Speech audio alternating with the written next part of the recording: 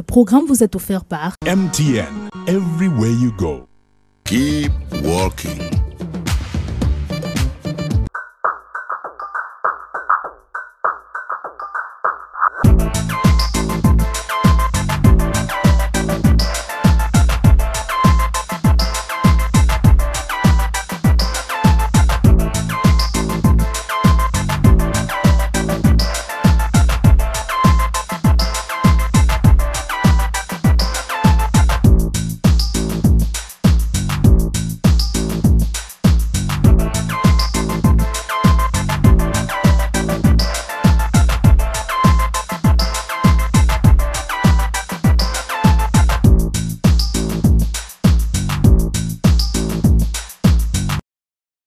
Regardez autour de vous et dites-moi si les choses vont à votre convenance.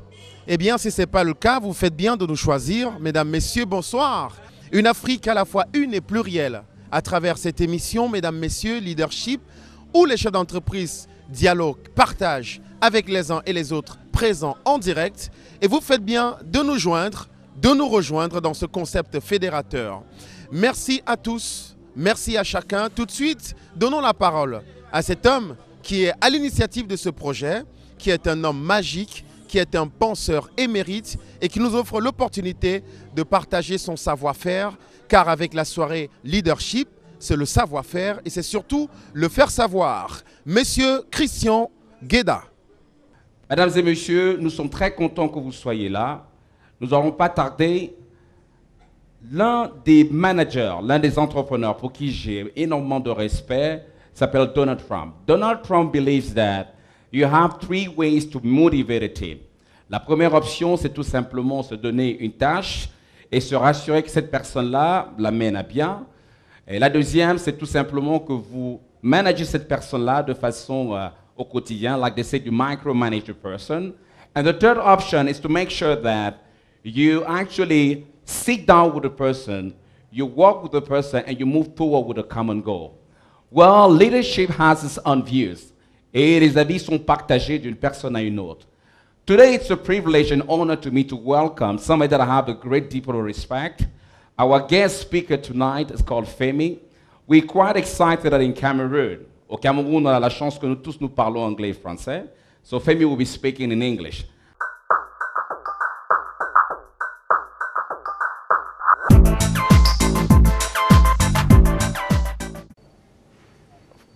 Over the past 17 years, my career has spanned across different countries, continents, Asia, Africa, and Europe. I'm a telecom engineer, trained engineer, and in the last 7 years, I've worked in management. Leadership, motivation, managing teams begins with you, it begins with me, it begins with us. So the first question is, how do you, as a leader, manage your team? What is your interaction with your team? Are you close to your team? Do you understand your team? What is their makeup? Are they inspired to do what they do? In my work across continents, across countries, across cultures, I've worked with interdisciplinary, multicultural, and international teams. One thing that is common to all human beings is 3 attributes. People can be inspired, people can be energized, and people can have a passion. So you as a leader, how do you galvanize all these attributes to bring out the entrepreneurial spirit in the people you lead? I like quoting Jack Welch. Many of us may know about Jack Welch. He used to be CEO of General Electric. And Jack Welch said that as a leader, his job was developing talent. He said, I was a gardener who was growing and nurturing the top 750 employees of this company. And I also had to pull out a few weeds. So he's putting himself as a leader in the position of a gardener whose job is to nurture and grow his team. A friend was telling me recently that here in Cameroon, in Douala, he went to a clinic and was seeking medical attention.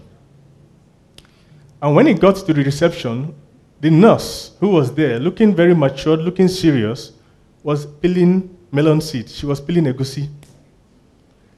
I mean, it may sound funny, but it's true.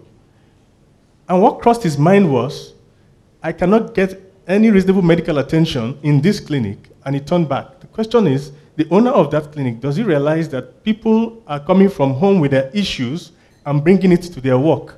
It's now affecting his business. What is his engagement with these people? How does he empower them? How does he even encourage them? So in talking about motivation, I'm going to talk about 3 key strategies. I call them the 3 E's. First is having an encounter with your team. How do you engage your team?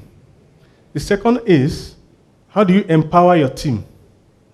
And the third, how do you encourage them? And they're not academic. They're just things you do on a daily basis, on the go, with or without knowing it. When I first came to Cameroon, about 9 months ago, I inherited a team. And I was asked to come and turn around the business. This is the same team that has been in Cameroon running the Ericsson business for 5-6 years ago. They succeeded in the past.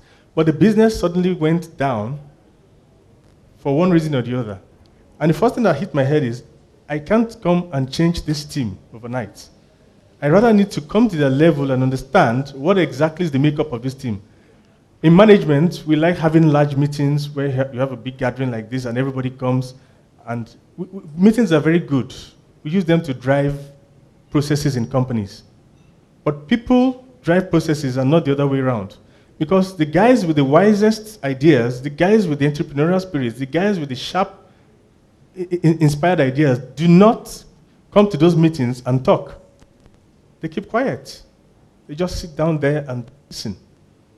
You need to go and engage them in their comfort zone. You need to get close to them. And I want to say one thing. The business environment is getting more and more dynamic. The capability your team had yesterday, is it enough to carry you forward into the next 5 years, 10 years down the road? How are you managing people's expectations?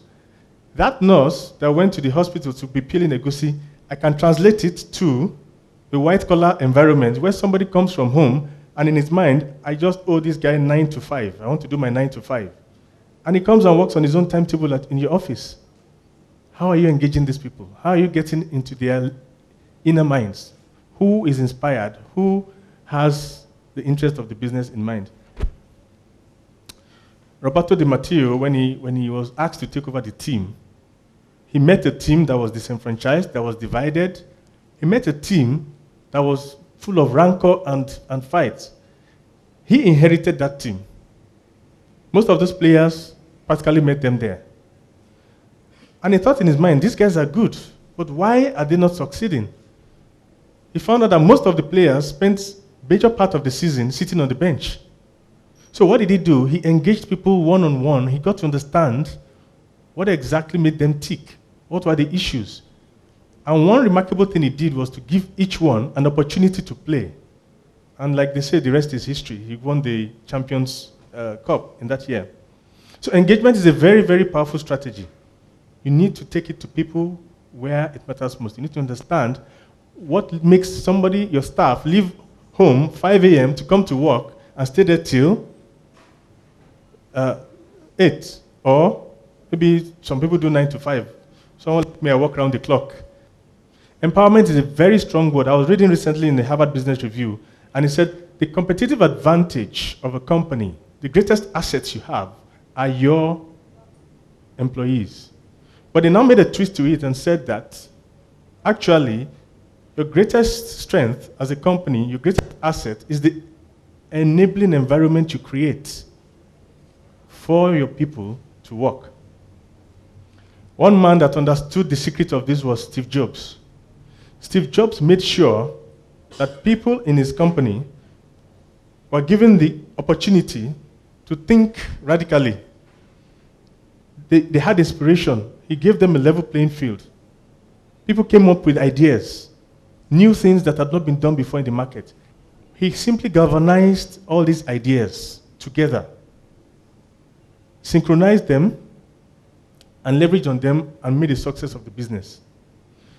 So first question to ask, Do you share information in an open and transparent manner in your company?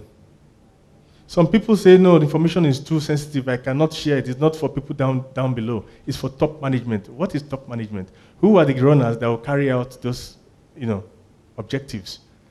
There's something in law we call the master of half-truth.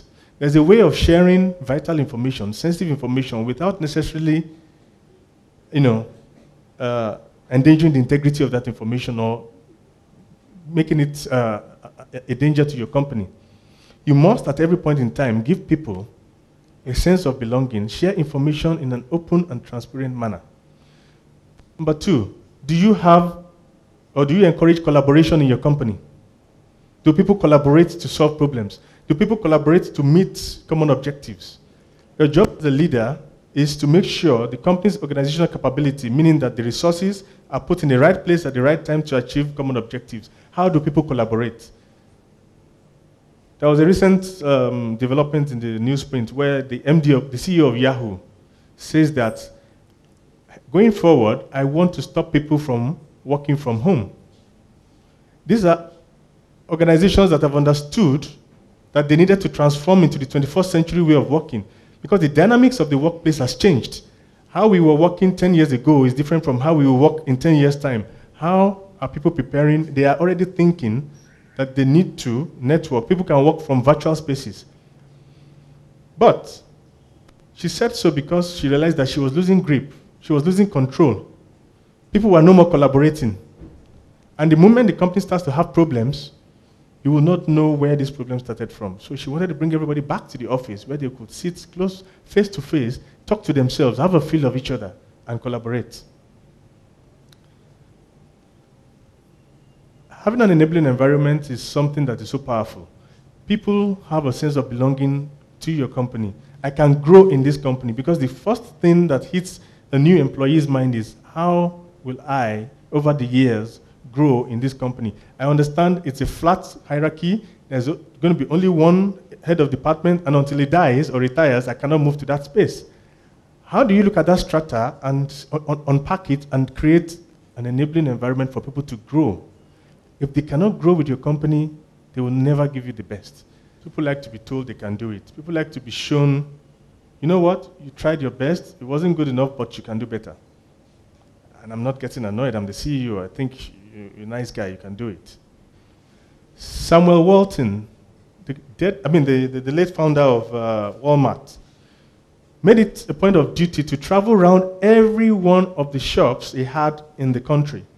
And it was a shock to his staff because this man came close to them in their comfort zone, in their remote location, and they never even knew that was the CEO of the company, and he kept giving them pep talks, gingering them up. And people developed the Walmartian culture today. They call themselves the Walmartians, and today it's been one of the most successful retail outlets in the world. They developed the culture of encouraging each other. That was what they did. Compensation and benefit is not just about money. It's about giving people the opportunity. Some people want to travel. They want to be exposed. They want a company that can allow them to travel, get the international experience, come back, because that is what they will walk away from your company with. And they'll be happy working for you as long as they know the opportunities are there for them to have access to seminars where they can develop themselves, access to all these opportunities. If somebody is breaking his back to make your company succeed, the least you can do for him is to have interest in his development and tell him, you know what, you've done a great job. I think next month there's a conference in Accra, maybe not in the US, Accra is just close by. I think you should go represent the company. That guy is going to come back and be energized to even support you to succeed more.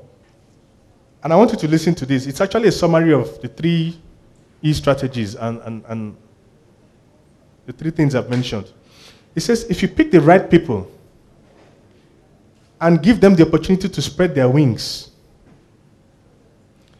and put compensation as a carrier behind it, you almost do not have to manage them. That is the reality. You almost do not, because they will do that work as if it was their work with every sense of commitment and belonging.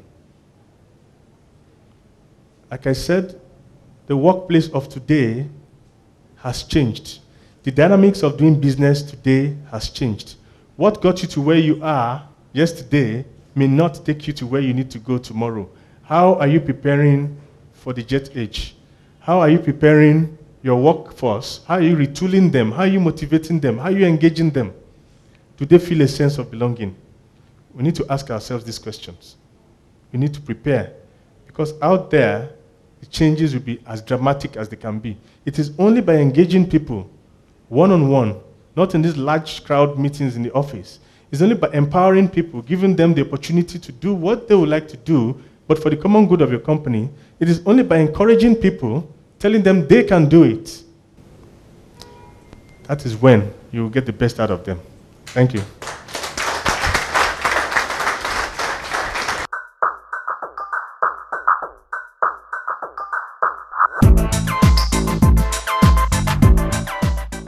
Permettez-nous de vous inviter à retrouver nos orateurs parce qu'il s'agit ici d'une plateforme d'échange, questions-réponses. Qu'en est-il du management ou de l'entrepreneuriat en Afrique? Eh bien, nous avons des éléments de réponse grâce à nos orateurs et les invités qui nous ont retrouvés ce soir. So my question would be for you as a leader in Cameroon, managing director in Cameroon, what challenges are you facing to actually implement what you have just exposed today? The first thing I realized was their mindset about the business had been eroded over the years because of the challenges they had. And they kept telling me, no, this is Cameroon, things don't move here. No matter what you do, things do not move. I'm sorry, that's the way it works. And I'm like, okay, Cameroon cannot be worse than Nigeria because I worked in Nigeria and it was a war zone. This is so peaceful. Imagine I can walk out 2 a.m., nobody's going to arrest me. Wow, this is paradise. So what did I do? I had to go to the shop floor. That was what I said. What were the issues and challenges they were facing? Because I had to tell them, I did not come to take over your jobs. I came to enable you do your job better. What are your challenges? I am bringing the weight of the organization behind me. We have resources we need to leverage on. Lagos is just 1 hour flight away. I had to collaborate with people in Lagos. There were days I took taxis. I have a driver. I took taxis here, and they were shocked. Wow, this guy really came down to earth. I'm a son of the soil. I'm an African. So I don't need to make any airs about myself. I had to come down to their level to understand the challenges they were facing. 3 things you need to think about in every staff or employee you have. They can be inspired, they can be energized, and they can have a passion. Some people have a passion, they are not energized. They have, okay, yeah, they can have some inspiration, but they can't care less. So every now and then I do what I call step in and step out to energize the team. I stand back, watch, and then I step in when I see that their energy is waning. And I keep a positive atmosphere of, it is possible. Enron was a wonderful company. All of us know about Enron. It had wonderful people, great staff, fantastic people, but the company failed like a pack of cards. It was a failure of leadership. Question is, how are you, as a leader, like a soldier on the war front, like a general? You need to anticipate, you need to evade, you need to overcome. Early on, Chris mentioned Donald Trump, who is an excellent entrepreneur and investor as well. And I'm glad he did it because my next question is coming from one of his books. Actually, he says that there are no bad employees, but there are bad managers. Yep. So if you see a business that is not doing well, you should throw fingers at the managers. What do you make of that statement? The question you now asked has to do with the managers now, and you could have bad employees. You can actually have bad employees, but remember, I said, if you create an enabling environment, that's your greatest competitive advantage. Employees will always come and go.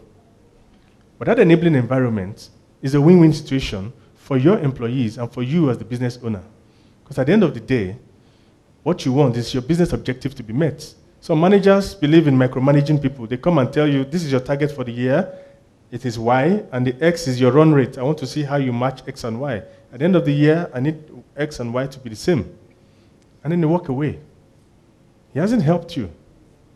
He walks away, and even the CEO is so distant from his own direct managers, and they cascade it down, and people create hierarchies in companies. They are so distant from the foot soldiers, they don't even have a feel of how things are going. You must have control all the way to the... I must tell you, in my office, even the cleaner, I go every morning to everybody's desk. I greet everybody. How is your family? How was yesterday night? How is your job?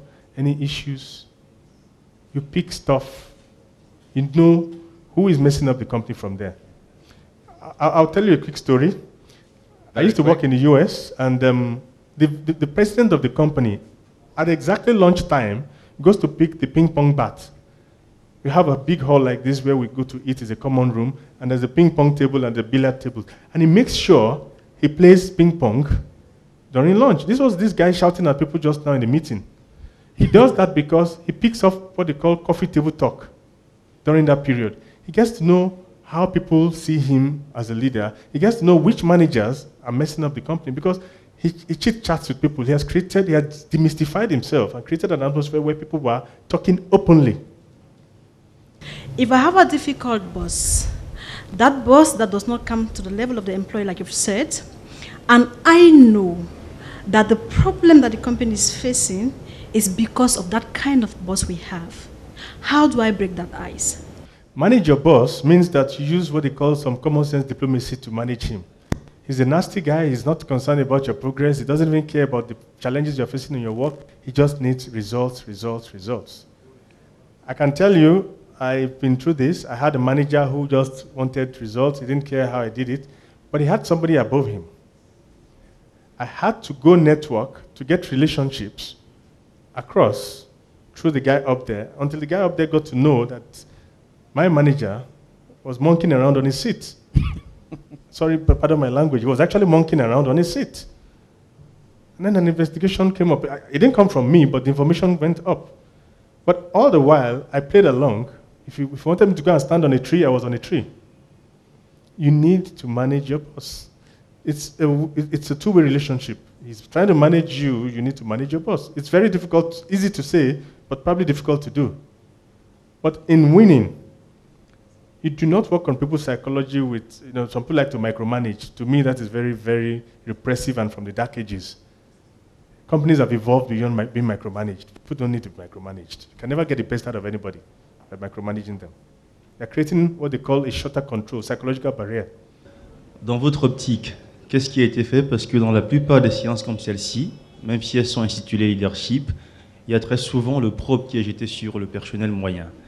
Est-ce qu'il y a des dispositions qui ont été prises pour qu'au sommet de l'entreprise, on puisse avoir un système, n'est-ce pas, d'évaluation des non-performances qui sont du ressort des chefs d'entreprise? How do you breed successful people, successful businesses? There are metrics. Different companies have different ways of measuring how they're successful. The targets have been set at the beginning of every year. But I think the greatest measure of success is only after a leader has left his seat. What legacy did he leave behind? Was the place collapsing immediately he left, even though he was successful there, or did it live beyond him? So on an ongoing basis, the only way you can measure are based on targets that have been set by the business. Otherwise, did that business outlive his stay? Comment vous motivez quelqu'un pour qu'il se lève de chez lui à 5 heures du matin pour venir travailler pour vous quand vous venez de lancer une nouvelle entreprise et que vous n'avez pas le moyen de le payer toujours à temps? We always look at compensation and benefit in dollar and cents value. You're bringing somebody on board your company, you share the vision of the company with him and told him, this is how I want to grow. And he keys into that vision. He's driven, he has a passion, and he sees that you have his interest in mind. He can grow with you. What Google did was that every week, each staff was allowed a day off. You come to work, you're not working for Google that day, you're working for yourself. And the ideas you bring up, the company buys into it, and they get to license that intellectual property. And whatever they make, actually... So what has happened, they've given those staff a part of their business. You know, this same staff, if they realize you do not have money, what would they start doing if you don't create the enabling environment? They will come to your office, use your office to do their own business, and actually steal your customers. Guys, thank you so much. I would like you guys to put your hands together for guest speaker, Mr. FEMI. Thank you so much for your insight.